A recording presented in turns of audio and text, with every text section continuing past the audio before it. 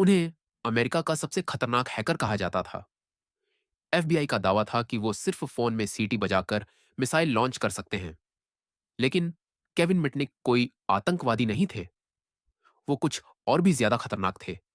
एक ऐसा जीनियस जिसे हर चुनौती जीतनी थी। यह है दुनिया के सबसे मशहूर हैकर की सच्ची कहानी। केविन डेविड मिटनिक का जन्म 6 अगस्त 1963 को लॉस एंजल्स, कैलिफोर्निया में हुआ। बचपन में उन्हें न खेलकूद में दिलचस्पी थी, न स्कूल की गतिविधियों में। उनकी जिज्ञासा अलग थी। पहेलियां, जादू के खेल, रेडियो और फिर टेलीफोन। सिर्फ 12 साल की उम्र में केविन ने फोन फ्रीकिंग नाम की एक गुप्त दुनिया खोजी। एक तकनीक जिससे फोन सिस्टम को अपने हिसाब से मोड़ा जा सकता था। उनका पहला हैक डिजिटल भी नहीं था। थोड़ी होशियारी और बातों के जादू से उन्होंने एक बस ड्राइवर से पता लगा लिया कि वो कहां से एक खास पंच टूल खरीद सकते हैं। उस टूल से उन्होंने अपने खुद के बस टिकट बना लिए, जिससे पूरे लॉस एंजल्स में वो मुफ्त में सफर कर सकते थे। ये पैसे के लिए नहीं था, बल्कि सिस्टम को मात देने का रोमांच था। 16 साल की उम्र तक केविन ने टेलीफोन से कंप्यूटर तक का सफर तय कर लिया था। 1979 में उन्होंने डिजिटल इक्विपमेंट कॉरपोरेशन नाम की बड़ी टेक कंपनी को टारगेट किया। उन्होंने कंपनी के नेटवर्क में घुसकर उनका कीमती सॉफ्टवेयर कॉपी कर लिया। बेचने के लिए नहीं, कमाने के लिए नहीं, सिर्फ ये साबित करने के लिए कि वो कर सकते हैं। एफबीआई ने उन्हें पकड़ लिया और 1 साल की प्रोबेशन दे दी।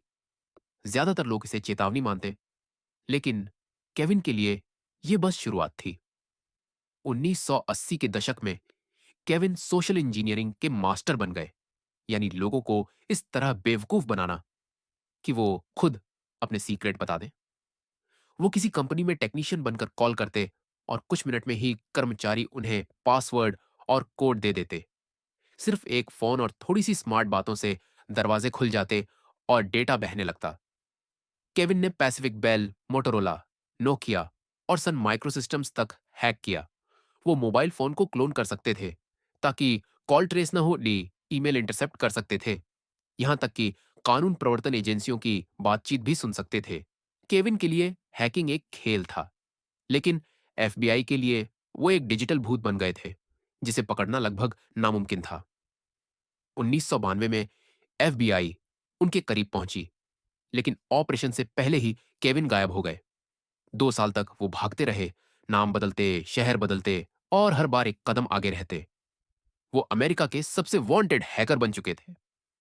लेकिन 1994 में उन्होंने गलत कदम उठा लिया। उन्होंने त्सुतोमु शिमोमुरा नाम के एक साइबर सिक्योरिटी एक्सपर्ट के कंप्यूटर को हैक कर लिया। इस बार शिकार चुप नहीं बैठा। शिमोमुरा ने एफबीआई के साथ मिलकर एक जबरदस्त मैनहंट शुरू किया। उन्होंने केविन के कॉल्स को जटिल नेटवर्क और फोन लाइनों के जरिए ट्रेस किया। सप्ताहों की ट्रैकिंग के बाद उनका पता नॉर्थ कैरोलिना के रैले शहर में चला। 15 फरवरी 1995 की सुबह सूरज निकलने से पहले एफबीआई ने एक अपार्टमेंट बिल्डिंग को घेर लिया।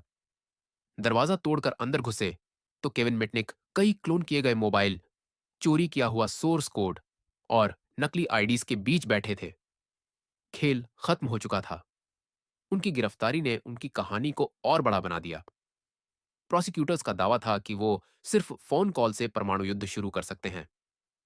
यह सच नहीं था, लेकिन अखबारों की सुर्खियों में यही छाया रहा। उन्हें जमानत नहीं मिली और वो मुकदमे से पहले 4 साल जेल में रहे, जिसमें 8 महीने सॉलिटरी कॉन्फाइनमेंट में थे, सिर्फ इस डर से कि कहीं वो फोन पाकर सिस्टम हैक न कर दें।